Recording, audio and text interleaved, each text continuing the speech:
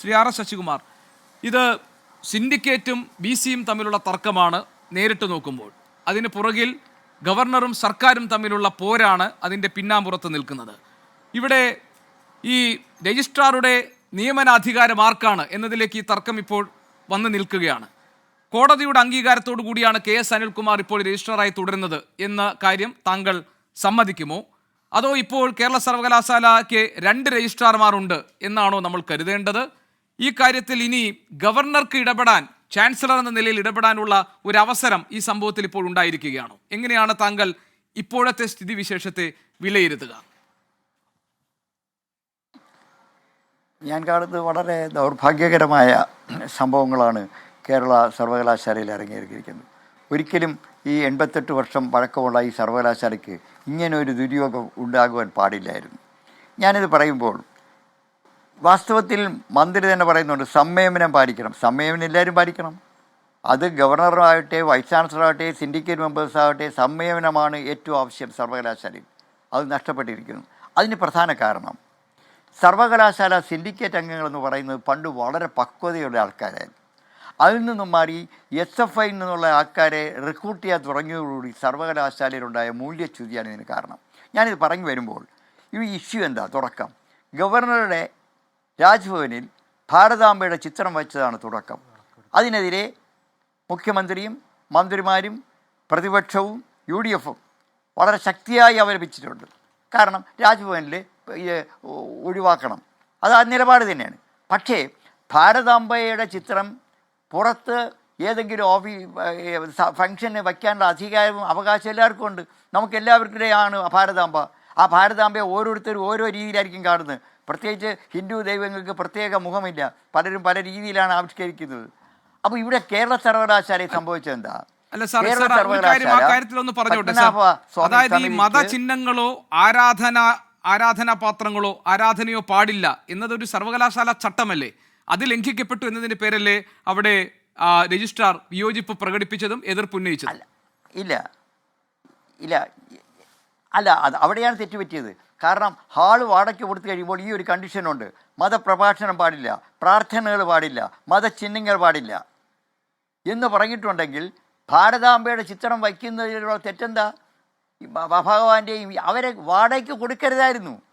അപ്പോൾ പ്രത്യേകിച്ച് നമ്മുടെ ആക്ടിലെ പ്രൊവിഷനകത്ത് മതചിഹ്നം പറഞ്ഞിട്ടില്ല, പ്രഭാഷണങ്ങൾ പാടില്ല, രാഷ്ട്രീയ പ്രഭാഷണങ്ങൾ പാടില്ല എന്ന് മാത്രമേ പറഞ്ഞിട്ടുള്ളൂ. ഒരു പടം, ഒരു സരസ്വതിയുടെ പടം വെച്ചു, അല്ലെങ്കിൽ ശ്രീകൃഷ്ണൻ്റെ പടം വെച്ചു, അതും ഒരു പ്രൈവറ്റ് ഏജൻസിക്ക് വാടക കൊടുത്തതിന് ശേഷം അവിടെ രജിസ്ട്രാർക്കോ വൈസ് ചാൻസലർക്കോ ഇടപെടാനുള്ള അധികാരമില്ല, അവകാശമില്ല. ഇത് പ്രൈവറ്റ് ഫംഗ്ഷനാണ്. ആ പ്രൈവറ്റ് ഫംഗ്ഷനിൽ കേരളത്തിൻ്റെ ഗവർണർ എത്തുമ്പോൾ ആ ഗവർണർക്ക് ആ യോഗത്തിൽ ആ മീറ്റിൻ്റെ ഹാളിനെ സസ്പെൻഡ് ചെയ്യാനായിട്ട് രജിസ്ട്രാർക്ക് എവിടെയാണ് അധികാരം? അങ്ങനെ രജിസ്ട്രാർക്ക് മാത്രമായിട്ട് അധികാരം ഉണ്ടെങ്കിൽ വൈസ് ചാൻസലറുടെ പെർമിഷൻ വാങ്ങണ്ടേ? അപ്പോൾ ഗവർണറോട് കാണിക്കുന്ന അനാദരവ്, ആരോ ഗവർണറാകട്ടെ, നമ്മുടെ സ്റ്റേറ്റിൻ്റെ ഒന്നാമത്തെ പൗരനാണ്, ആ അനാദരവ് രജിസ്ട്രാർ കാട്ടിയത് ഞാൻ നേരത്തെ സൂചിപ്പിച്ച പക്വതയില്ലാത്ത SFIയിൽ നിന്ന് റിക്രൂട്ട് ചെയ്ത് വരുന്ന ചില സിൻഡിക്കേറ്റ് അംഗങ്ങളാണ്. ശരി, അങ്ങനെയാണെങ്കിൽ ശശികുമാർ സാർ, അങ്ങനെയാണെങ്കിൽ രജിസ്ട്രാർക്കെതിരെ ഒരു നടപടി ഉണ്ടാകുമ്പോൾ അതിന് ചില പ്രൊസീജിയേഴ്സ് ഉണ്ടല്ലോ അല്ലേ? അദ്ദേഹത്തിനോട് വിശദീകരണം ചോദിക്കണം, അതിനെതിരെ കാരണം കാണിക്കൽ കൊടുക്കണം എന്ന് തുടങ്ങി അതിന്റെ ചട്ടപ്രകാരമുള്ള കാര്യങ്ങളുണ്ടല്ലോ. അതൊക്കെ പാലിച്ചോ ശശികുമാറിനെ പുറത്താക്കാനുള്ള വ്യഗ്രതയിൽ? ഇല്ല ഗോവി അനിൽകുമാർ, റിപ്പോർട്ട് വന്നുകൊണ്ട് വാർത്ത വന്നു. പറഞ്ഞോളൂ. ഹലോ, അതായത് ഈ നടപടി പ്രഥമ ദൃഷ്ടിയ അദ്ദേഹത്തിൻ്റെ ഭാഗത്ത് ഒരു തെറ്റുണ്ടായിട്ടുണ്ടെങ്കിൽ, ഗവർണർ പങ്കെടുക്കുന്ന യോഗത്തിൻ്റെ ഹാൾ ക്യാൻസൽ ചെയ്യാൻ തീരുമാനിച്ചിട്ടുണ്ടെങ്കിൽ, അപ്പോൾ നമ്മുടെ യൂണിവേഴ്സിറ്റിയുടെ ഹെഡ് എന്ന നിലയിൽ വൈസ് ചാൻസലർക്ക് അയാളെ മാറ്റി നിർത്തുന്നത് പണിഷ്മെൻ്റ് അല്ല. Suspension is not a punishment. അത് മാറ്റി നിർത്തിയിട്ട് അന്വേഷണം നടത്താൻ ആ സിൻഡിക്കേറ്റ് സമിതിയെ തന്നെ അദ്ദേഹം ചുമതലപ്പെടുത്താൻ തീരുമാനിച്ചു. കോടതി സമ്മതിച്ചല്ലോ. കാരണം 1013 എന്ന് പറയുന്ന പവർ സിൻഡിക്കേറ്റിലാണ്. വാസ്തവത്തിൽ വൈസ് രജിസ്ട്രാറുടെ അപ്പോയിൻറ്റ് ചെയ്യുന്ന സിൻഡിക്കേറ്റാണ്. ആ സിൻഡിക്കേറ്റിന് മാത്രമേ രജിസ്ട്രാറെ പണിഷ് ചെയ്യാൻ അധികാരമുള്ളൂ. പക്ഷേ സിൻഡിക്കേറ്റ് നോട്ട് ഇൻ സെഷൻ ആകുമ്പോഴത്തേക്കും വൈസ് ചാൻസലർ 1013 ഉപയോഗിച്ച് നടപടിയെടുക്കാം. പക്ഷേ പണിഷ് ചെയ്യാൻ പാടില്ല.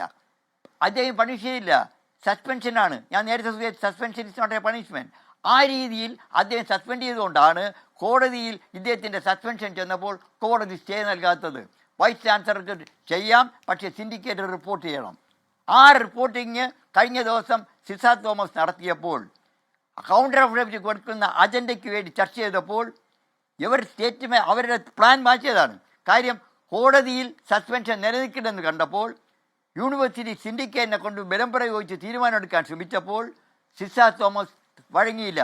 കോടതിയുടെ പരിഗണനയ്ക്കുന്ന വിഷയമാണ്, അതുകൊണ്ട് കോടതിയുടെ തീരുമാനം വരട്ടെ എന്ന് പറഞ്ഞ് അവരത് അനുവദിച്ചില്ല.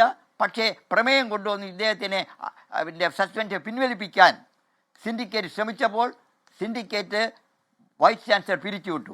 യോഗം വിളിച്ചു കൂട്ടാനും പിരിച്ചുവിടാനുള്ള ഒരേ ഒരു അധികാരം വൈസ് ചാൻസലർക്ക് മാത്രമേ ഉള്ളൂ. ഇത് പറഞ്ഞപ്പോൾ ഇപ്പോൾ എന്നോട് ജോളി ജേക്കബിൻ്റെ കാര്യം പറഞ്ഞു. ഞാനുള്ള സിൻഡിക്കേറ്റാണ്. CPM-കാർ നിയമിച്ചിരുന്ന ഇടതുപക്ഷ അനുഭാവി കൂടി ആയിരുന്നു അന്ന് അദ്ദേഹം, ഡോക്ടർ ജഗീഷൻ. അദ്ദേഹമായിരുന്നു വൈസ് ചാൻസലർ. സിൻഡിക്കേറ്റിൽ ഇടതംഗങ്ങളും വലതംഗങ്ങളുമായിട്ടുണ്ടായ ഏറ്റുമുട്ടലിനെ തുടർന്ന് അദ്ദേഹം നിങ്ങൾ തീരുമാനിക്കുക, നിങ്ങൾ വൈസ് ചാൻസലറായിട്ട് ആരെ വേണമെങ്കിൽ ചുമതലപ്പെടുത്തി ഇതിൽ തീരുമാനമെടുത്ത് ചെയ്യാൻ പറഞ്ഞപ്പോൾ ഇടതംഗങ്ങൾ വാക്കൗട്ട് നടത്തിയപ്പോൾ അന്ന് മെജോറിറ്റി UDF അംഗങ്ങൾക്കാണ്. ഞാനും ആ സിൻഡിക്കേറ്റിൽ അംഗമായിരുന്നു. ഞങ്ങൾ VC-യുടെ പെർമിഷനോടുകൂടി മാർവാനിസ് കോളേജിലെ പ്രൊഫസറായിരുന്ന ജോളി ജേക്കബിനെ അവരന്ന് സിൻഡിക്കേറ്റ് മെമ്പറാണ്. അവരെ സിൻഡിക്കേറ്റ് മെമ്പറാക്കി വളരെ കുറച്ച് തീരുമാനങ്ങൾ എടുത്തു. ആ തീരുമാനങ്ങൾ വൈസ് ചാൻസലർ അംഗീകരിച്ചു. അതുകൊണ്ട് വൈസ് ചാൻസലർ പുറത്തു പോയാലും വൈസ് ചാൻസലർ അനുമതിയോടുകൂടി സിൻഡിക്കേറ്റ് കൂടാം. പക്ഷേ ഇവിടെ സംഭവിച്ചത് എന്താ? വൈസ് ചാൻസലർ പിരിച്ചുവിട്ട യോഗം കുറേ സിൻഡിക്കേറ്റ് വളഞ്ഞിരുന്നു കൊണ്ട് അതിലൊരാളിനെ അധ്യക്ഷയാക്കിക്കൊണ്ട് തീരുമാനിച്ചാൽ ഈ തീരുമാനം എങ്ങനെ വാലിഡ് ആവും?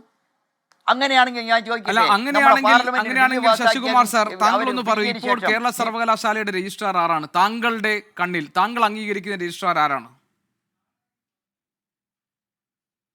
അല്ല, ഇന്ന് അതുകൂടെ പറയാം. കോടതിയിൽ ഈ കേസ് വന്നു, പക്ഷെ അവർ വളരെ ബുദ്ധിമുട്ട് ഈ കേസ് നിൽക്കില്ല എന്ന് കണ്ടപ്പോഴാണ് ഇവിടെ ബലപ്രയോഗത്തിലൂടെ രജിസ്ട്രാറെ കത്തികാട്ടിയിരുത്തി അദ്ദേഹത്തിൻ്റെ കൊണ്ട് മിനിറ്റ്സ് എഴുതിച്ച് ഇങ്ങനെയുള്ള ഒരു തീരുമാനമെടുത്ത് രജിസ്ട്രാറെ ജോയിൻ ചെയ്തപ്പോൾ അദ്ദേഹം കോടതി ചെന്ന് പറഞ്ഞു, എന്നെ സിൻഡിക്കേറ്റ് തിരിച്ച് നിയമിച്ചു, എനിക്കിനി പരാതിയില്ല, ഞാൻ കേസ് വിഡ്രായിരുന്നു എന്ന് പറയാനുള്ള അധികാര അവകാശവും രജിസ്ട്രാർക്കുണ്ട്. കോടതിക്ക് അങ്ങനെ ഒരു പരാതി വന്നാൽ കേസ് വിഡ്രാ ചെയ്യാൻ അനുവദിക്കാനേ മാർഗമുള്ളൂ. അപ്പോഴത്തെ ഈ വൈസ് ചാൻസലറുടെ അഡ്വക്കേറ്റ് ജോർജ് പൂന്തോട്ടമായിരുന്നു. അദ്ദേഹം പറഞ്ഞു ഈ നിയമനം തെറ്റാണ്, കാരണം സിൻഡിക്കേറ്റ് നിയമപ്രകാരമല്ല കൂടിയത്. അപ്പോൾ കോടതി പറഞ്ഞത് അങ്ങനെ ഒരു കേസ് ഇപ്പോൾ കോടതിയുടെ മുമ്പിലില്ല. കോടതിയുടെ മുമ്പിലുള്ള കേസ് രജിസ്ട്രാറുടെ കേസ് പിൻവലിക്കണോ വേണ്ടേ എന്നുള്ളതാണ്. അത് മറ്റൊരു കേസാണ്. അപ്പോൾ നിങ്ങൾക്ക് പരാതി ഉണ്ടെങ്കിൽ, വൈസ് ചാൻസലർക്ക് പരാതി ഉണ്ടെങ്കിൽ vice chancellor appropriate authority report ചെയ്തത് നിങ്ങൾ നടപടിയെടുത്തോളാനായിട്ടുള്ള ക്ലീൻ ചിറ്റ് കൊടുത്തൊക്കെയാണ്. ചട്ടവിരുദ്ധമായി സിൻഡിക്കേറ്റ് കൂടി. അല്ല, ആരാണ് ഇപ്പോൾ കേരള സർവകലാശാല രജിസ്ട്രാർ? ഇപ്പൊ ഇന്നത്തെ രീതിയിലനുസരിച്ച് വൈസ് ചാൻസലർ നിയമിച്ച മിനി കാപ്പനാണ് യൂണിവേഴ്സിറ്റിയുടെ രജിസ്ട്രാർ. ശരി, പക്ഷേ അപ്പോൾ KS അനിൽകുമാറും മിനി കാപ്പനും എന്നതിൽ താങ്കൾ നിൽക്കുന്നത് മിനി കാപ്പനാണ്, കാരണം വൈസ് ചാൻസലർ നിയമിച്ച ആളാണ് എന്ന് പറഞ്ഞു. പക്ഷെ താങ്കൾ തന്നെ പറഞ്ഞു രജിസ്ട്രാറുടെ നിയമനാധികാരം, അല്ല സർ, താങ്കൾ തന്നെ പറഞ്ഞത് രജിസ്ട്രാറുടെ നിയമനാധികാരം എന്നത് സിൻഡിക്കേറ്റിൻ്റെതാണെന്ന്. അതേസമയം താങ്കൾ പറയുന്നു താങ്കൾ ഇപ്പോൾ അംഗീകരിച്ചിരിക്കുന്നത് താൽക്കാലിക ചുമതല VC-യുടെ താൽക്കാലിക ചുമതല വഹിക്കുന്ന ഡോക്ടർ സിസാ തോമസ് നിയമിച്ച മിനി കാപ്പനാണ് എന്ന് താങ്കൾ പറയുന്നു. അതിലൊരു വൈരുദ്ധ്യമുണ്ടല്ലോ. താങ്കൾ പറഞ്ഞത് സിൻഡിക്കേറ്റ് ആണ് ഇവരുടെ നിയമനാധികാരി എന്നാണല്ലോ. ഇല്ല, വൈരുദ്ധ്യമില്ല. അത് ആക്ടിന്റെ പ്രൊവിഷനാണ്. അതനുസരിച്ച് തീരുമാനം സിൻഡിക്കേറ്റ് റിപ്പോർട്ട് ചെയ്താൽ അത് മാറ്റാൻ പറ്റില്ല. സോ വൈസ് ചാൻസലർ നിയമിച്ച സിസാ തോമസ് നിയമിച്ച മിനി കാപ്പനാണ് ഔദ്യോഗികമായി രജിസ്ട്രാർ.